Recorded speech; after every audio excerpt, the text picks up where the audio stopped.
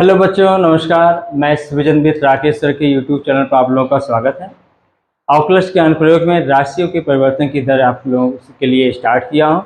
एक वीडियो बना चुका हूँ जिसमें हमने बेसिक कॉन्सेप्ट और 4-5 क्वेश्चन बताया हूँ। अब उसके आगे के क्वेश्चन आज हम बताएंगे। आज कोशिश करेंगे कि ये वाला टॉपिक जो है कंप्लीट हो जाए। दूसरी बात यह है कि आप लोग NCERT की बुक अपने पास रखे रहिए, जिससे कि हम क्वेश्चन पढ़ें तो आप उसमें देखिए और ज़्यादा समझ में आए। ठीक है ना। चलिए स्टार्ट करते हैं। क्वेश्चन मैं लिख नहीं रहा हूँ, ज़्यादा टाइम लग जाता है। मैं शुरू करने जा रहा हूँ। देखिए क्वेश्चन नंबर क्या है। क्वेश्चन नंबर 5 तक बता दिया हूँ। अब क्वेश्चन नंबर 6 बात करते हैं। 6 बहुत ही आसान है। फिलहाल चलिए एक एक क्वेश्चन आप लोग को बता देते हैं, प्रैक्टिस करिएगा। क्या लिखा है पढ़िए। इसमें कह रहा है कि एक वृत्त की त्रिज्या 0.7 सेंटीमीटर पर सेकंड की दर से बढ़ रही है। पर सेकंड की दर से क्या हो रहा है, बढ़ रही है। जब वृद्धि होती है तो क्या होता है, हमेशा धनात्मक लिया जाता है। इसके परिधि की वृद्धि की दर क्या होगी जब त्रिज्या की वैल्यू क्या हो, 4.9 सेंटीमीटर हो। तो पहले आप क्या मानेंगे, माना किसी समय t पर वृत्त की परिधि मतलब पेरीमीटर होता है। परिधि की इंग्लिश क्या होती है, पेरीमीटर। तो परिधि क्या मान लेते हैं, p, और त्रिज्या क्या मान लेते हैं, तथा त्रिज्या क्या मान लेते हैं, r।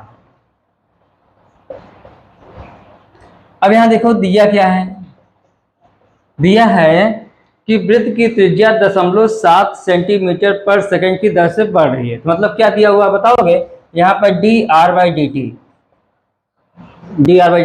पहला वीडियो आप देखेंगे तो ज्यादा समझ में आएगा। ये dr/dt कितना दिया हुआ है, 0.7 सेंटीमीटर पर सेकंड ये दिया हुआ है। धनात्मक होगा क्योंकि ये वृद्धि हो रही है। परिधि निकालना। आप देखिए परिधि में हमें परिधि की वृद्धि की दर निकालना है। कब, जब r की वैल्यू क्या हो, 4.9 सेंटीमीटर। तो चलिए पहले स्टार्ट करते हैं। यहाँ तो पेरीमीटर क्या होता है, वृत्त की परिधि का फार्मूला क्या होता है, सबको पता होगा। p बराबर क्या होगा, 2πr। अब हम क्या करेंगे, इसको अब जो दर निकालना है। देखिए हमेशा कहेगा, और अगर किसी और के सापेक्ष कहेगा तो बोल देगा कि त्रिज्या के सापेक्ष और किसी के सापेक्ष नहीं। अदरवाइज क्या होगा, जो दर होगा वो क्या होगा, dt, समय के सापेक्ष। तो यहाँ क्या होगा, dp/dt। बात में समझ में ना, समय के सापेक्ष वृत्त के परिधि में परिवर्तन की दर dp/dt इक्वल क्या होगा, 2π। ये क्या हो जाएगा, dr/dt। और dr/dt की वैल्यू क्या है, समीकरण 1 से dr/dt क्या है, 2π, और इसकी वैल्यू क्या है, 0.7। तो क्या आएगा, 1.4π। ये dp/dt। अब किस पर निकालना है, r इक्वल किस पर, r इक्वल निकालना है 4.9 पर। तो क्या होगा, dp/dt r इक्वल 4.9, या ऐसे भी छोड़ो इसको, r की जगह पर 4.9 रखना है। अब यहाँ r की जगह r यहाँ है ही नहीं है, तो ये क्या आएगा, 1.4π ही होगा। ठीक है ना, बात समझे ना। परिधि क्या होता है, परिधि एक प्रकार का लंबाई होती है। उसका मात्रक क्या होगा, सेंटीमीटर, और समय का मात्रक क्या होगा, सेकंड। ये हो जाएगा 1.4π सेंटीमीटर पर सेकंड। बात समझ में, पाई की वैल्यू रखना चाहो तो रख दो, जैसे आंसर आए वैसे आप कर लीजिएगा। अब आइए आगे बढ़ते हैं, क्वेश्चन नंबर 7 में बात करते हैं। क्वेश्चन नंबर 7 देखिए, बहुत अच्छा क्वेश्चन है। कह रहा है किसी एक आयत की लंबाई x 5 सेंटीमीटर पर मिनट की दर से घट रही है, कमी हो रही है, और चौड़ाई y 4 सेंटीमीटर पर मिनट की दर से बढ़ रही है, वृद्धि हो रही है।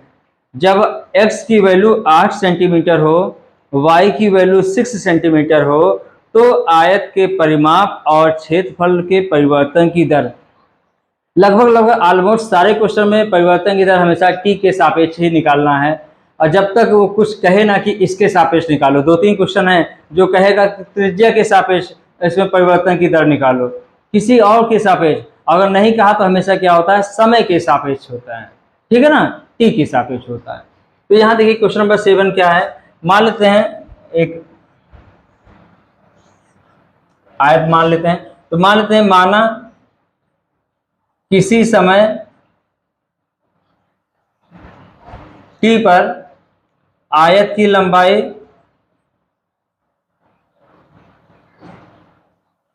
x, चौड़ाई y, क्षेत्रफल एरिया a तथा परिमाप p है।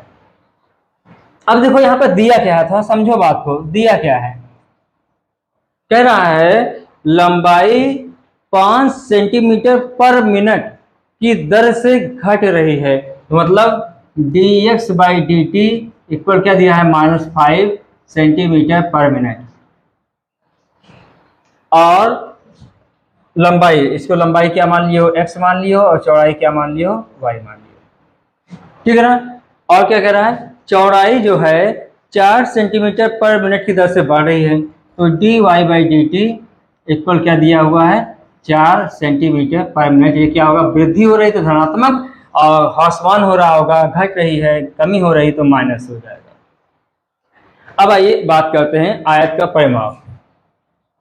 अब आयत का परिमाप क्या होगा,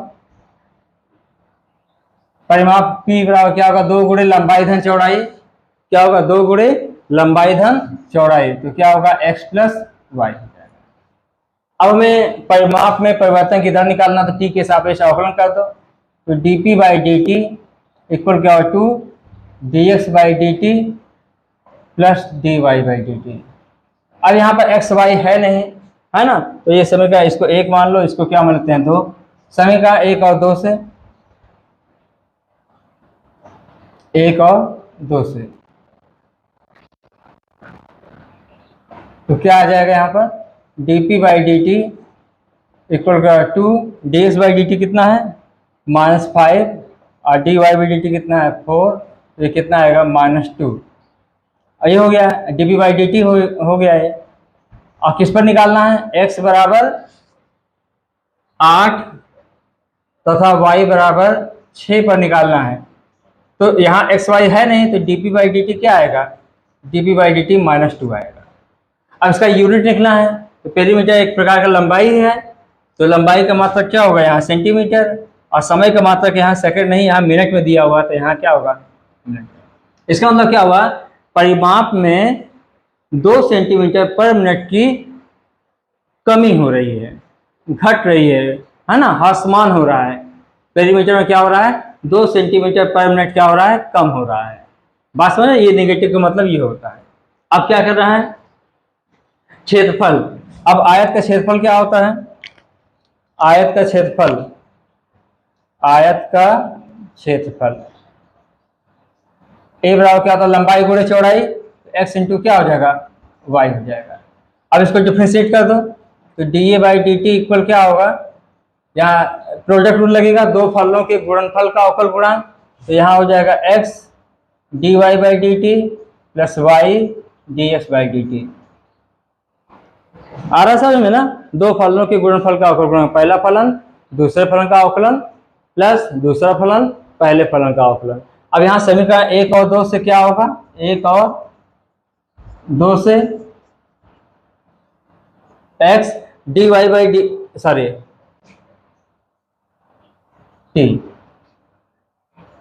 ठीक है ना, तो x dy by D t कितना है 4, तो क्या होगा x into 4 plus y into क्या होगा, अगर समझ में आ रहा हो तो डायरेक्ट लिखते हैं, dy बाई डी टी की वैल्यू क्या है 4, तो यहाँ 4 रखेंगे तो क्या होगा 4x, और dx बाई डी टी की वैल्यू क्या है -5, तो क्या होगा -5। ये हो गया डी बाई डी टी।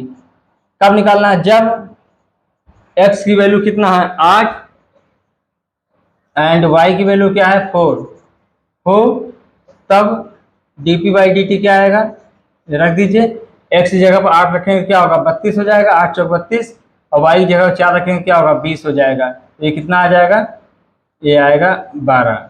और dA बाई डी टी है, dA बाई डी टी।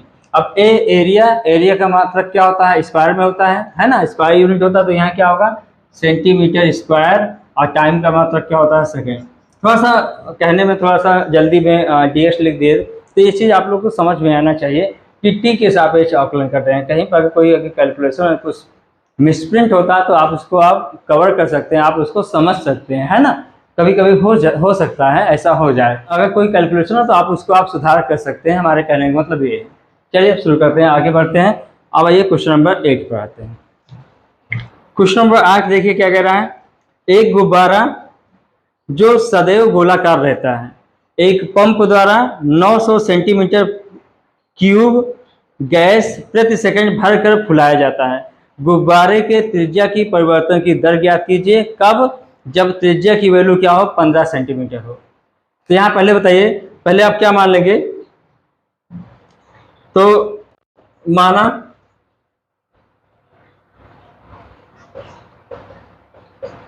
किसी समय टी पर गुब्बारे का आयतन V तथा त्रिज्या क्या मान लेते हैं, गुब्बारा एक प्रकार का गोला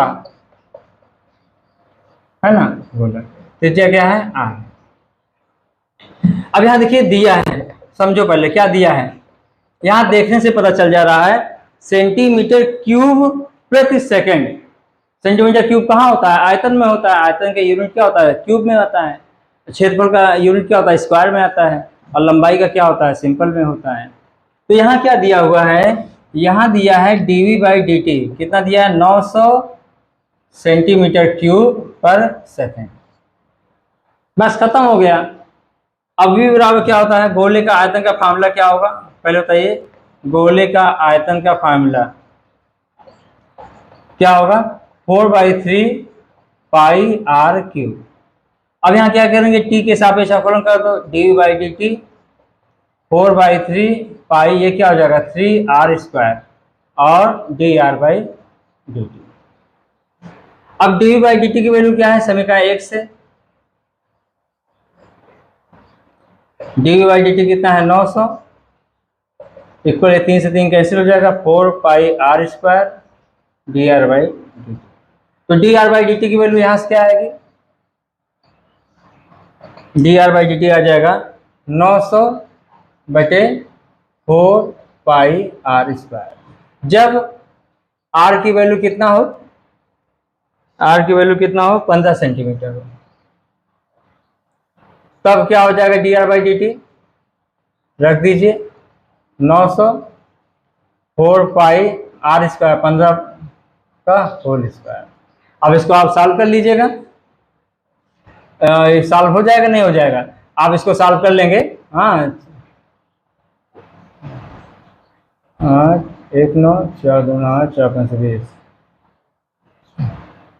4 2 8 हो गया, 1 9 हो गया, और 4 2 8 4 5 20, 15 15 में 225। अरे तो बहुत बढ़िया हो गया।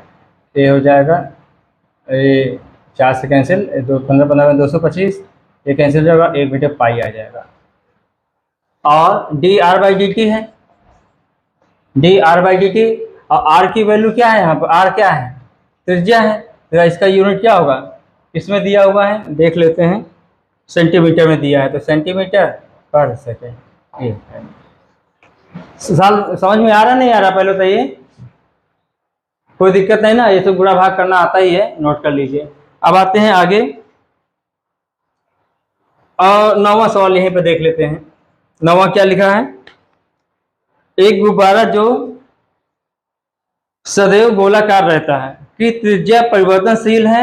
अब कह रहा त्रिज्या के सापेक्ष आयतन के परिवर्तन की दर ज्ञात कीजिए जबकि त्रिज्या 10 सेंटीमीटर हो। जब त्रिज्या 10 सेंटीमीटर, त्रिज्या के सापेक्ष, यहाँ पर खुद कह दिया है कि जो आयतन में परिवर्तन की दर निकालना हो, किसके सापेक्ष, त्रिज्या के सापेक्ष। पहले बात क्या है, गोला है, गुब्बारा है जो सदैव गोलाकार है, तो क्या मान लेते हैं, माना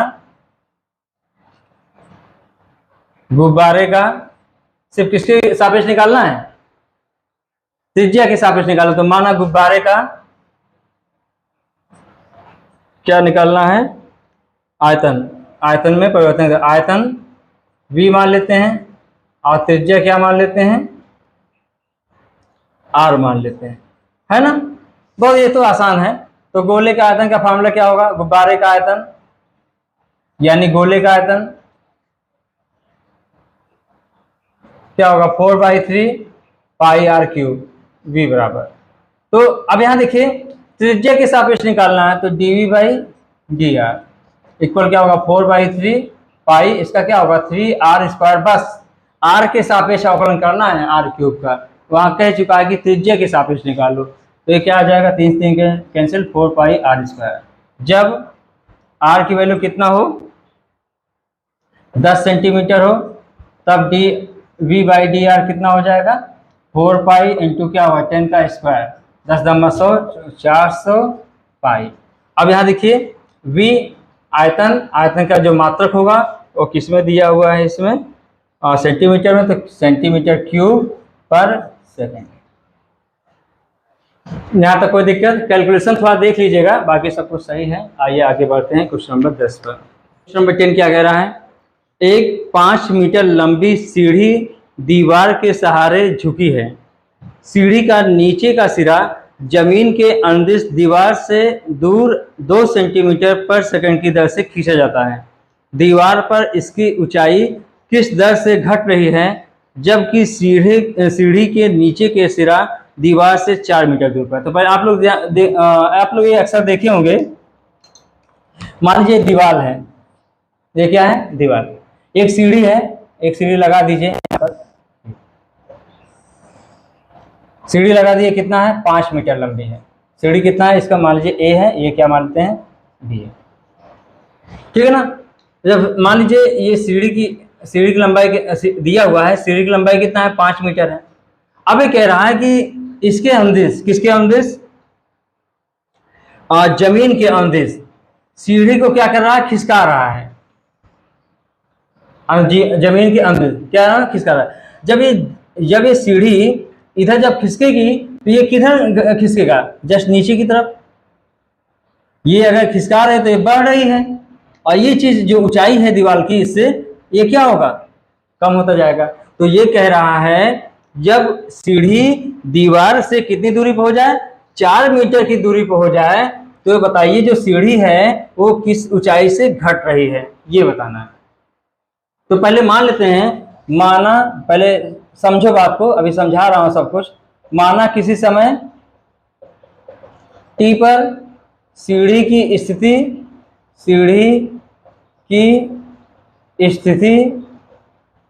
ए बी इस प्रकार है। किस प्रकार है? इस प्रकार है कि ओ, इसको मान लेते हैं ओ मान लेते हैं, ए क्या है? बी है। तो ओ बी बराबर क्या मान लेते हैं? एक्स, और ओ ए बराबर क्या मान लेते हैं? वाई है। बात समझे ना? ये कितना मान लिया? मान लीजिए टी समय पर ये सीढ़ी है, यहाँ पर लगाया हुआ है, और दीवार से कितनी दूरी पर है? एक्स। ये कितनी दूरी पर है? वाई। अब कह रहा दीवार जमीन के अनुदिश सीढ़ी 2 सेंटीमीटर पर सेकंड की दर से क्या हो रहा है? बढ़ रही है। यहां दिया हुआ है, तो दिया है क्या? दिया है दिया हुआ है दीवार से दूर 2 सेंटीमीटर, तो dx बाई dt इक्वल दिया है 2 सेंटीमीटर पर सेकंड। यहाँ तक कोई दिक्कत किसी को? ये समझ में आ रहा है? यहाँ तक कोई प्रॉब्लम बताइए? सीढ़ी ए बी 5 मीटर लंबी है, जो दीवार, एक सिरा दीवार पर है और एक सिरा जमीन पर है। अब जैसे कभी कभी होता है सीढ़ी फिसलती है, जब सीढ़ी फिसलेगा तो इस तरफ जाएगा, और ये क्या होगा? नीचे की तरफ गिरेगा, है कि नहीं? वही निकालना है। कह रहा कि x की वैल्यू जब 4 मीटर हो, तो बताइए ये जो सीढ़ी है किस दर से नीचे घट रही है, ये निकालना है। तो मतलब कुल मिला के क्या निकालना है? सही पूछा जाए, dy बाई dt निकालना है, खत्म। अभी किस में आएगा? निगेटिव में आएगा, तभी ये क्या होगा? नीचे की तरफ जा रहा होगा। बात समझ में आया नहीं है? dy बाई dt निकालना है कुल मिला के। चलिए कोई बात नहीं, ये हो गया। dx बाई dt दे चुका है। अब आइए बात करते हैं, और एक चीज और देखिए, समकोण त्रिभुज ओ ए बी में ओ ऐसे लिख सकते हो, ए ओ बी में पाइथागोरस प्रमेय क्या होता है? पाइथागोरस लग जाएगा नहीं लग जाएगा? बताइए। पाइथागोरस प्रमेय से क्या हो जाएगा, X square plus Y square equal क्या होगा 25, लंब का स्क्वायर प्लस आधार का स्क्वायर इक्वल क्या होगा 25। यहाँ तक कोई दिक्कत किसी को, यहाँ तक तो समझ में आ रहा होगा, ये हो गया, बस खत्म हो गया। अब यहाँ से क्या करेंगे, अच्छा अगर यहाँ पे ये हो गया, अच्छा बताइए जब x की वैल्यू 4 होगी तब y कितना होगा, x इक्वल 4 यहाँ रख दीजिए, 4 क्या आएगा, 4 चौक 16 प्लस वाई स्क्वायर इक्वल क्या होगा 25, तो वाई स्क्वायर इक्वल क्या आएगा 9, तो वाई इक्वल क्या आएगा 3। बात समझ में आया ना। तो x की वैल्यू 4 अगर जब होगी तो y की वैल्यू कितना होगा 3 होगा, ये तो ठीक है। अब यहाँ देखिए क्योंकि x square plus Y square equal क्या है 25 है, अब t के सापेक्ष अवकलन कर दो क्योंकि x में y में परिवर्तन की दर निकालना है। और यहाँ क्या हो जाएगा, इसका अवकलन करो तो 2x dx by D T plus 2y dy by D t equal क्या होगा 25 का अवकलन, कांस्टेंट का अवकलन क्या होगा 0 हो जाएगा, यहाँ 2 बाहर निकल जाएगा। और dx बाई डी टी कितना है, dx बाई डी टी 2 है, 2 बाहर निकल जाएगा, dx बाई डी टी क्या है 2 है, समीकरण 1 से, तो क्या होगा 2x plus y d y by D t equal क्या होगा 0। तो d y by D t यहाँ से कितना हो जाएगा -2x अपान वाई। बात को समझो, जब x की वैल्यू 4 और यहाँ y पर भी y भी है तो y की वैल्यू क्या होगी यहाँ पर 3 हो, तब d y by D t कितना आएगा -2, x की वैल्यू क्या है 4 बटे क्या होगा 3, -8 बटे 3। y क्या है, एक प्रकार की लंबाई है, लंबाई का मात्रक क्या होगा, यहाँ पर सेंटीमीटर में दिया तो सेंटीमीटर, और t का क्या होगा सेकंड। यहाँ तक कोई दिक्कत किसी को, इसका मतलब क्या हुआ, इसका मतलब सीढ़ी क्या होगा, सीढ़ी दीवार की ऊंचाई से क्या होगा 8/3 सेंटीमीटर प्रति सेकंड की दर से घट रही है, जबकि सीढ़ी का कितने दूरी है, जमीन के अंदर 4 मीटर की दूरी पर है। बात समझ में आ रहा है नहीं आ रहा है, लिख लेंगे नहीं लिख लेंगे, सीढ़ी क्या होगा 8/3 सेंटीमीटर प्रति सेकंड की दर से क्या हो रहा है घट रही है, ठीक है ना। कोई दिक्कत यहाँ तक लिख लेंगे तो भी पूरा आंसर आपको मिलेगा। बात समझ में आ रहा है, इतना नोट कर लीजिए। और ये क्वेश्चन नंबर 11 पर देखें क्या लिखा है, एक कण वक्र 6y इक्वल x³ प्लस 2 के अनुगत गति कर रहा है, वक्र पर उन बिंदुओं को ज्ञात कीजिए जबकि x निर्देशांक की तुलना में y निर्देशांक 8 गुना तीव्रता से बदल रहा है, y निर्देशांक 8 गुना तीव्रता से क्या हो रहा है बदल रहा है, ठीक है ना, y निर्देशांक। तो चलिए यहाँ क्या दिया हुआ है, पहले क्या मतलब दिया है वक्र का समीकरण, क्या दिया है 6y इक्वल x³ प्लस 2। अब इस वक्र पर कोई बिंदु निकालना है तो मान लेते हैं, माना इस वक्र पर कोई बिंदु x कामा क्या है y, ठीक है ना। अब यहाँ क्या दिया है, अब x निर्देशांक को क्या बोलते हैं भुज, और y निर्देशांक को क्या बोलते हैं कोटि। अब पढ़िए सवाल को, x निर्देशांक की तुलना में y निर्देशांक 8 गुना तीव्रता से बदल रहा है, मतलब कोटि में परिवर्तन की दर 8 गुना किसका, भुज में परिवर्तन की दर। आप लोग को समझ में आ रहा ना, x निर्देशांक की तुलना में y निर्देशांक 8 गुना तीव्रता से बदल रहा है, y निर्देशांक, y मतलब कोटि, कितना 8 गुना तीव्रता किसका, भुज में परिवर्तन की दर के, ठीक है ना। तो क्या हो जाएगा, ये कितना दिया है dy बाई dt हो जाएगा 8, ये क्या हो जाएगा dx बाई dt, समीकरण 1 हो गया। इसको 1 मान लो, इसको 2 मान लेते हैं, कोई दिक्कत यहाँ समझ में आ रहा है, ये हो गया, बस खत्म हो गया। समीकरण 1 से क्या हो जाएगा, 6y इक्वल क्या है, एक्स क्यूब प्लस 2। अवकलन कर दो इसका तो क्या आएगा, 6 dy by D t equal क्या होगा, 3x² dx by D T हो जाएगा, और इसका क्या होगा, 0 हो जाएगा। समीकरण 2 से देखो, समीकरण 2 से क्या आएगा, dy बाई डी टी की जगह पर क्या रख सकते हो, 8 dx बाई डी टी, 6 गुणे 8 dx by D t equal क्या हुआ, 3x² dx by D T. ये कैंसिल हो जाएगा, x² इक्वल क्या होगा, 3 दूना 6, 16 हो जाएगा। x की वैल्यू क्या आएगी, +-4। अब यहाँ दो वैल्यू आएगी जब, क्योंकि बिंदुओं कहाँ है तो कई एक के अलावा एक बिंदु और दो बिंदु आ सकता है। x बराबर 4 हो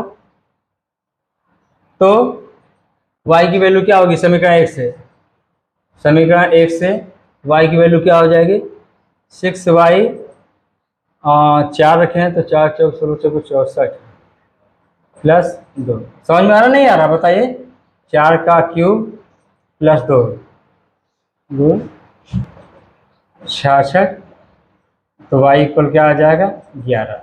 जब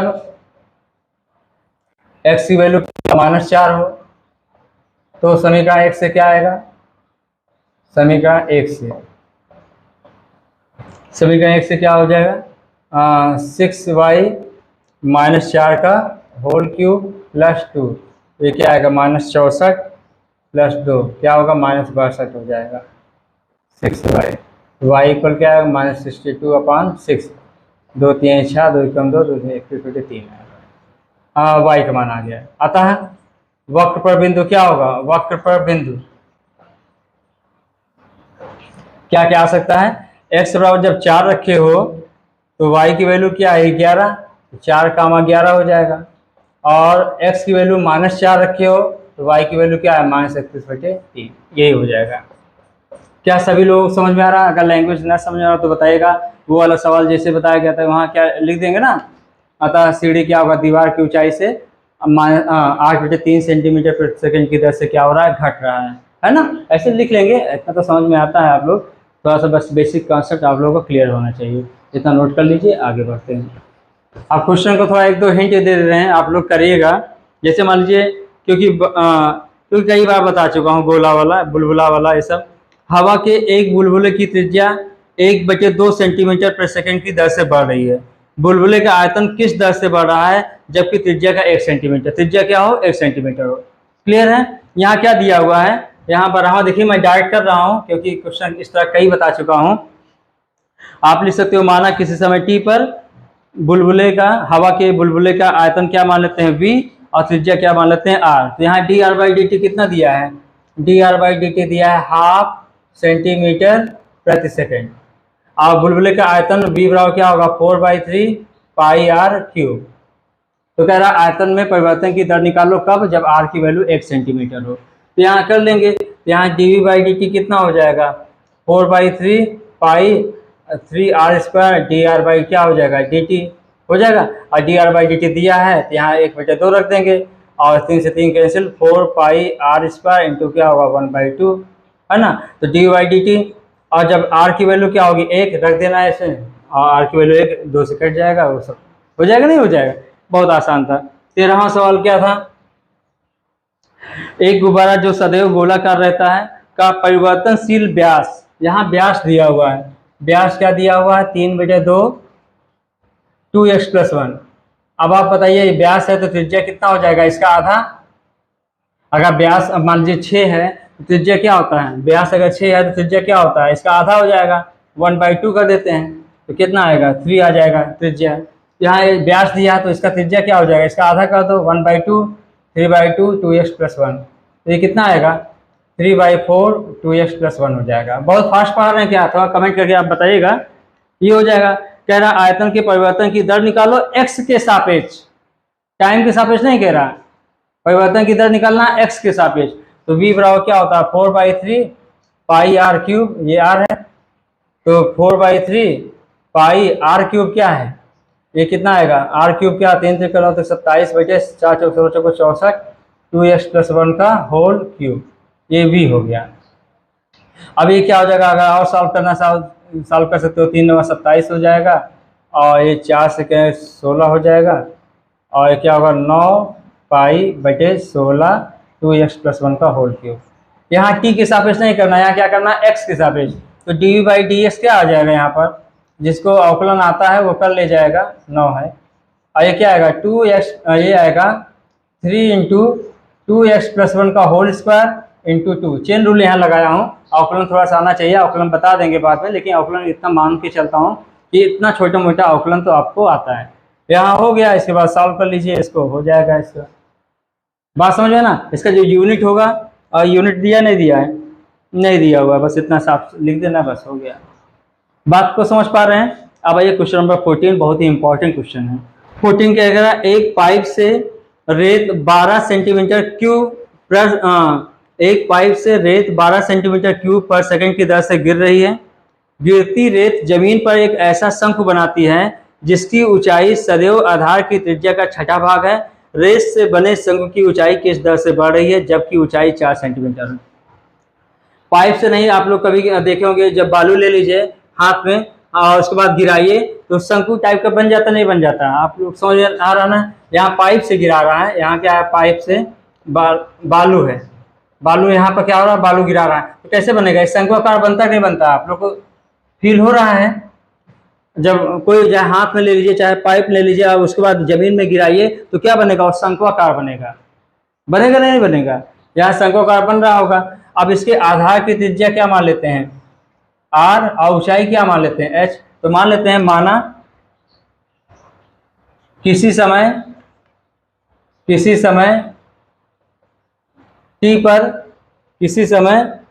t पर शंक्वाकार, ये रेत से बने, ऐसे लिख सकते हो, रेत से बने शंक्वाकार की ऊंचाई, है ना, समझ में आ रहा, रेत से बने शंकु की ऊंचाई h और आधार की त्रिज्या, लैंग्वेज अपनी होती है, कुछ भी लिखिए पूरा नंबर मिलेगा, तथा आयतन क्या मान लेते हैं, v है।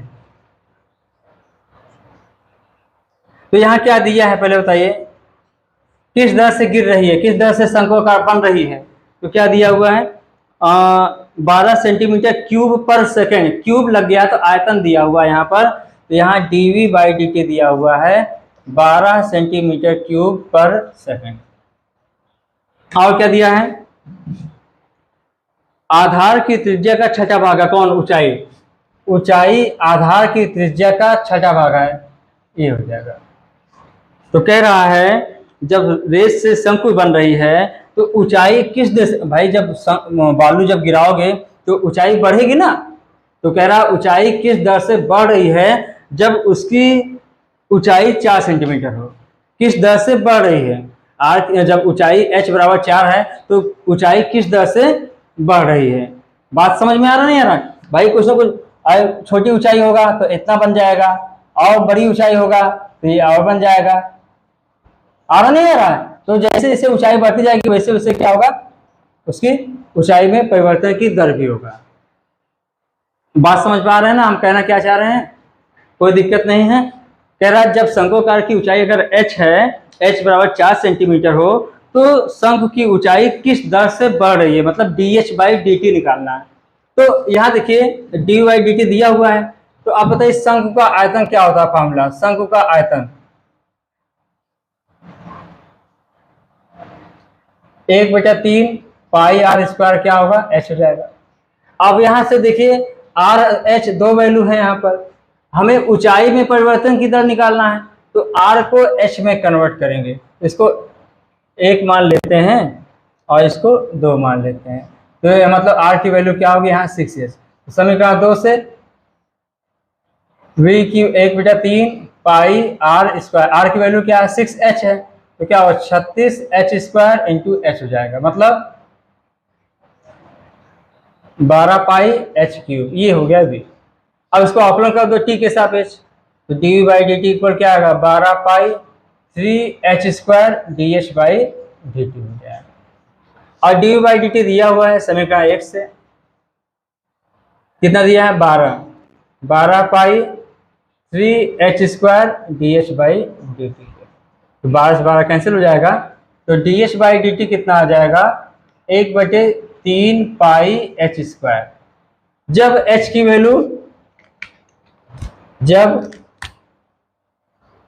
वैल्यू कितना हो, 4 सेंटीमीटर है, जब h की वैल्यू क्या हो, 4 सेंटीमीटर है, तो क्या होगा, dh/dt रख दीजिए, क्या हो जाएगा, 1/3 पाई h², तो 4 का होल स्क्वायर, 4 चौक 16, 16 3 48 पाई। और h क्या है, लंबाई है, ऊंचाई है ना, तो इसका मात्रक क्या होगा, सेंटीमीटर, क्योंकि सेंटीमीटर में दिया हुआ है, और t का मात्रक क्या होगा, सेकेंड। ये हो गया। तो मतलब जब अगर h की ऊंचाई अगर 4 सेंटीमीटर है, तो उस समय शंख की ऊंचाई किस दर से बढ़ रही है, 1/48 पाई सेंटीमीटर पर सेकंड की दर से बढ़ रही है, क्योंकि प्लस आया है तो बढ़ रही है। कोई दिक्कत यहाँ तक, नोट कर लीजिए, आगे बढ़ते हैं। अब आइए क्वेश्चन नंबर 15 देखिए, कह रहा है कि एक वस्तु की x इकाई के उत्पादन से संबंधित कुल लागत कितना दिया हुआ है, कुल लागत 15वां क्वेश्चन, कुल लागत दिया है cx इक्वल दिया हुआ है 0.007 x³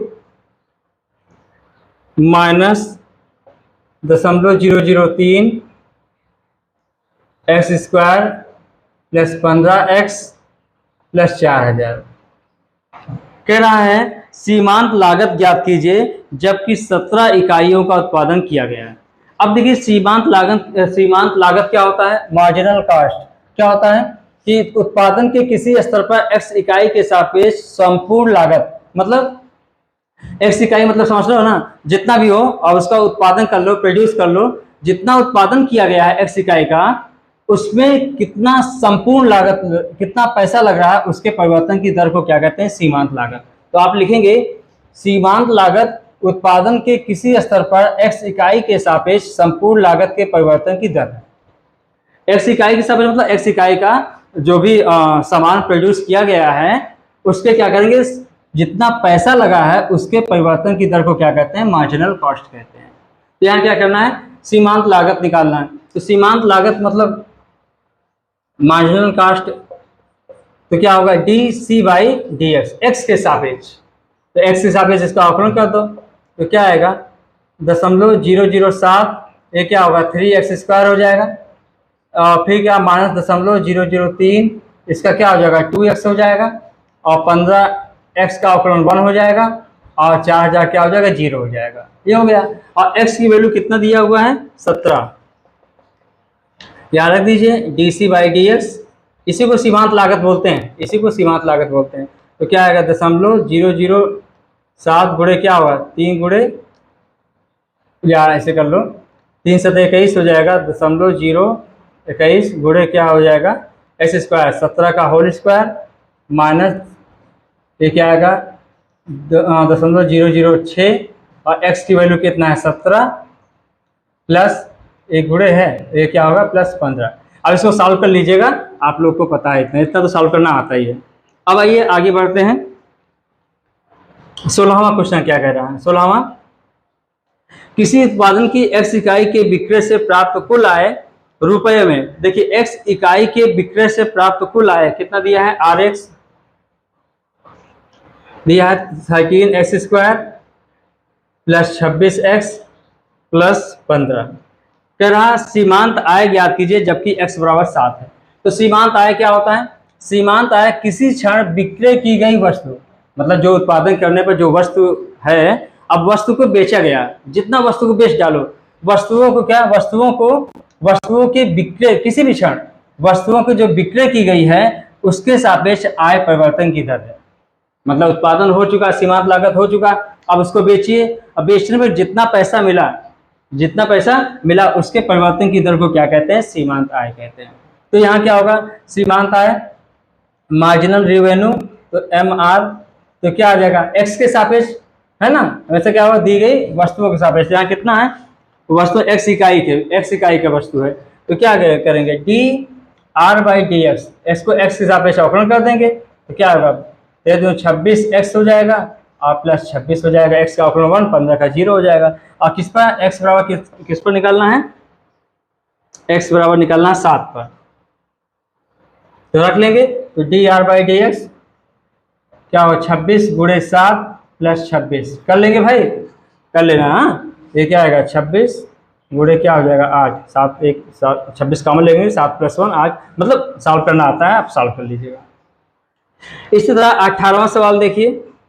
18वां सवाल क्या है, यही सवाल है, कह रहा है सीमांत आय बताइए। आर एक्स है 3x² प्लस 36x प्लस 5, कह रहा है सीमांत आय बताइए। क्या बताया है? सीमांत आय। तो D R by D x निकाल लेंगे, क्या आएगा 6x हो जाएगा प्लस 36 हो जाएगा। और किस पर निकालना है? x बराबर 15 पर निकाल लेंगे। 15 पर जब निकालोगे तो 15 छक्का 90 प्लस 36 9 3 12 126। कौन सा ऑप्शन सही है? ऑप्शन नंबर डी सही है। 17वां देख लीजिए, क्या कह रहा है? कह रहा है वृत्त की त्रिज्या r बराबर 6 सेंटीमीटर पर r के सापेक्ष क्षेत्रफल में परिवर्तन की दर। r के सापेक्ष, समय के सापेक्ष नहीं, r के सापेक्ष। तो वृत्त की त्रिज्या क्या मान लेते हैं? r दिया ही है, और क्षेत्रफल क्या मान लेते हैं? a बराबर क्या होगा पाई r स्क्वायर। r के सापेक्ष परिवर्तन की दर निकालना है क्षेत्रफल में, तो क्या होगा dA बाई dr, क्या आएगा 2 पाई r हो जाएगा। r स्क्वायर क्या आएगा 2r, r के सापेक्ष ये हो जाएगा। और r इक्वल किस पर? 6 पर निकालना, तो क्या होगा 6 r 6 रख दो, 6 दूना 12 पाई dA बाई dr, ये हो जाएगा। तो कौन सा ऑप्शन सही है? Option number B. तो इस तरह हमने राशियों के परिवर्तन की दर का सारा क्वेश्चन बता दिया। अगर मैं तेज चल रहा हूं, अगर जैसा भी हो, आप कमेंट करके हमें बताइए कि वीडियो ये कैसे लगा, ठीक है ना। अगर वीडियो अच्छा लगा तो आप लोग, अगर हमारे YouTube चैनल पर नए हैं तो आप सब्सक्राइब कर लीजिए। और सभी दोस्त जितने लोग हैं, सभी अपने अपने दोस्तों को शेयर करिए, ठीक है ना। लाइक तो कर दिया करिए, और लाइक करिए, कमेंट करिए, सभी बच्चे कमेंट करें। कल का टॉपिक बहुत ही इंपॉर्टेंट होने वाला है, वर्धमान और ह्रासमान फलन, इंक्रीजिंग एंड डिक्रीजिंग फंक्शन पढ़ाएंगे। बहुत ही इंपॉर्टेंट टॉपिक है, ठीक है ना। तो सभी जितने जहां भी पढ़ रहे हो, सभी लोग अपने दोस्तों को शेयर करिए और कहिए कि उसको पढ़ें और देखें कैसे लग रहा है। अगर समझ में आ रहा है तो आप सब्सक्राइब करिए और अपने दोस्तों को शेयर करिए, ठीक है। मिलते हैं नेक्स्ट वीडियो में। Thank you so much.